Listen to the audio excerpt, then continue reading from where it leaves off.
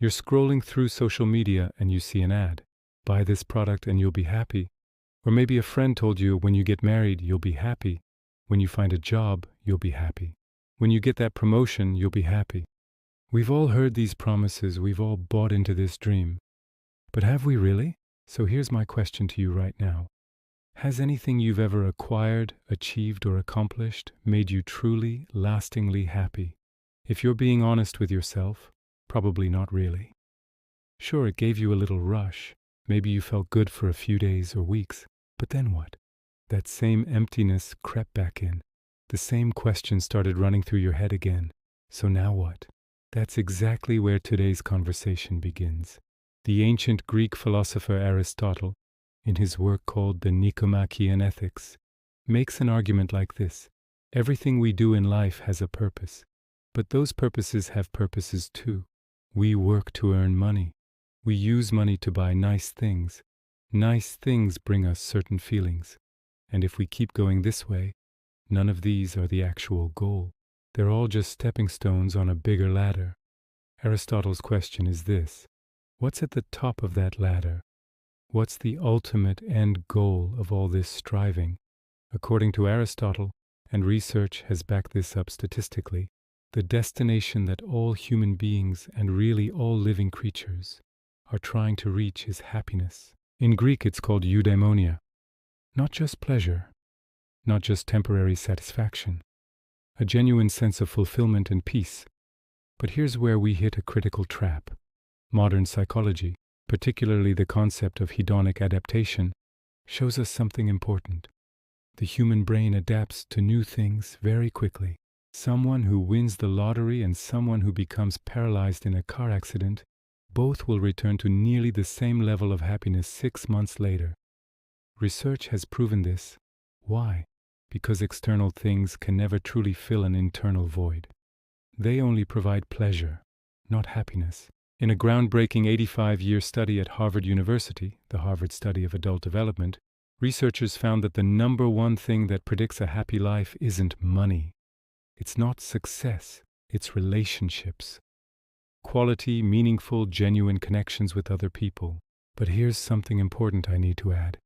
Even these relationships, if they are built on external expectations alone, won't make you happy. To truly understand happiness, we need to understand how our brains actually work.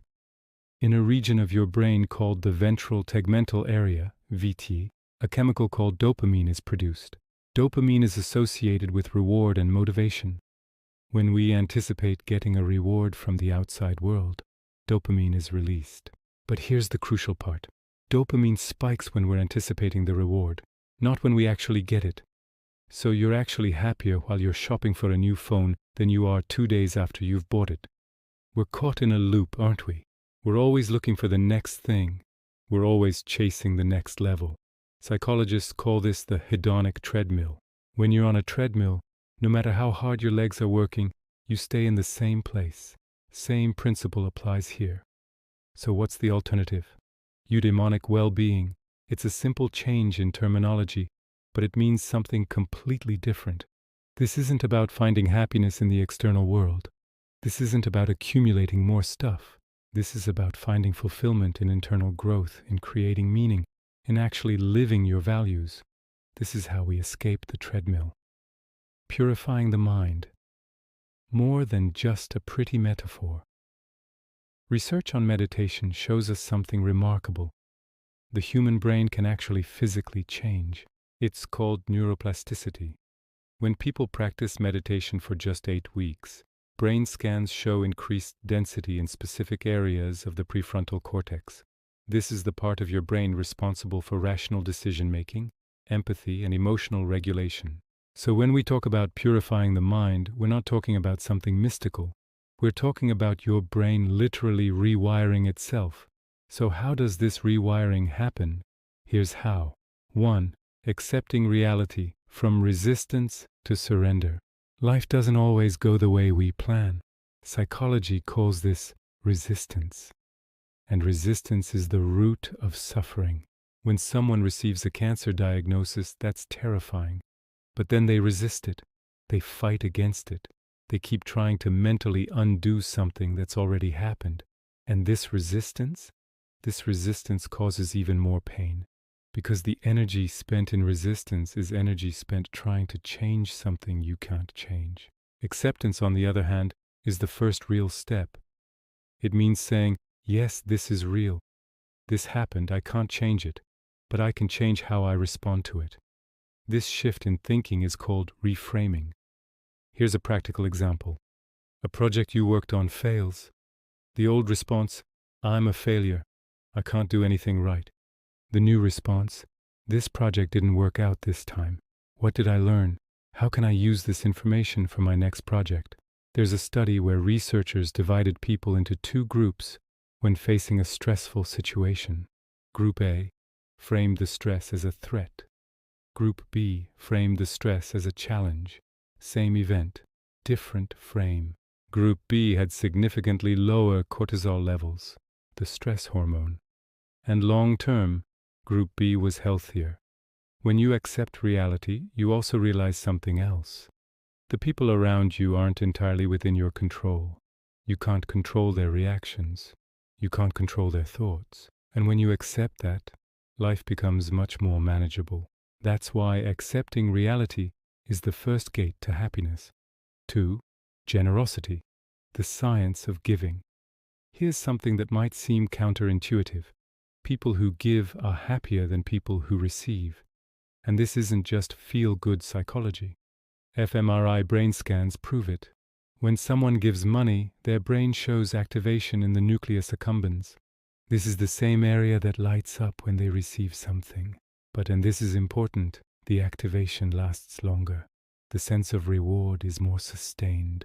Receiving pleasure is fleeting, but the peace that comes from helping, it cuts deeper. Why? Because generosity activates the release of oxytocin in your brain. Oxytocin is called the bonding hormone. It doesn't just make you feel good. It strengthens your sense of empathy and connection with others. But there's another trap here. Giving with the expectation of receiving something in return is not real generosity. That's transactional exchange. And your brain knows the difference. Oxytocin won't be released. Real generosity is unconditional. And paradoxically, this unconditional giving brings you the deepest, most lasting peace. Think about a time you helped someone without expecting anything back. Really think about it. That memory, it still makes you smile years later. That's because this kind of happiness is permanent. This is why you should give, help people. Do something kind for someone today. Don't keep score, don't expect a return, just give. 3. Forgiveness, releasing the poison. Research psychiatrist Fred Luskin from Stanford University studied forgiveness extensively. His findings are striking. People who don't forgive are less healthy than people who do. Higher blood pressure, elevated stress hormones, poor sleep quality. Nelson Mandela spent 27 years in prison. When he got out, he made the conscious choice to forgive the people who imprisoned him. People asked him, "How could you do that?" His answer was classic. If you don't forgive, you're still in prison. It's just that this time, the prison is in your heart. Forgiveness isn't just about other people. Forgiving yourself is actually harder, because you know yourself well. You've seen your own failures. You know your mistakes. But psychology tells us something important.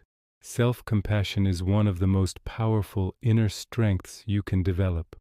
People who can't forgive themselves are prone to chronic depression and anxiety, because their inner voice is constantly telling them, "You're not good enough. You failed. You always fail." Forgiveness is a paradox. It means letting go of the past. And this letting go, it's freedom. 4. Letting go of expectations. Freedom from the illusion of control. Your brain naturally seeks control. Control creates a sense of safety. But what's the reality? Reality is uncontrollable. Psychologist Albert Ellis developed a therapeutic approach called Rational Emotive Behavior Therapy, REBT. The core principle is this: events don't upset us. Our beliefs about events upset us. Example: someone makes a negative comment about you. Is it the event itself that's hurting you, or is it your expectation that says, "Everyone should understand me"? Letting go of expectations doesn't mean living passively. It means holding your plans lightly while accepting that life unfolds differently. It means you can have a goal. I want to get a good job, but you don't attach your happiness to it.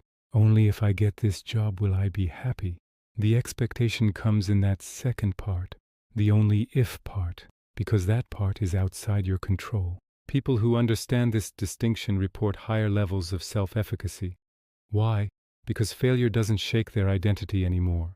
It's just data. This is the shift that matters. Think about this from a biological perspective. Stress hormones like cortisol and adrenaline decrease. Calming hormones like GABA and serotonin increase. Brain-body coordination improves. Your immune system strengthens. Sleep quality improves. Relationships deepen. What might seem like 4 simple steps is actually your brain's way of balancing its neurochemical systems. The conclusion. What's really at the top of the ladder? Aristotle said that happiness was at the top of the ladder. But 2,400 years later, science tells us something more specific. At the top of that ladder, there's a state of peace that you create internally, not something that comes from outside, not something you chase. Peace that comes from within and follows you like a shadow, even if external circumstances change, even if you lose money, even if you lose a job, even if people criticize you, your inner peace can remain. Your inner happiness can remain. Because the real source of happiness was never out there. It was always inside. If this video has opened a door of awareness in you, please hit like and subscribe. It's not just about the algorithm. It tells me and anyone watching that we're not alone on this journey. And finally, let me end with an ancient saying, a wisdom that spans millennia. Every moment we're alive is framed in gold. If you miss it, it won't come again. So live, forgive, love, learn, grow, and remember, happiness is not found on the outer path. It's hidden in walking this path with consciousness.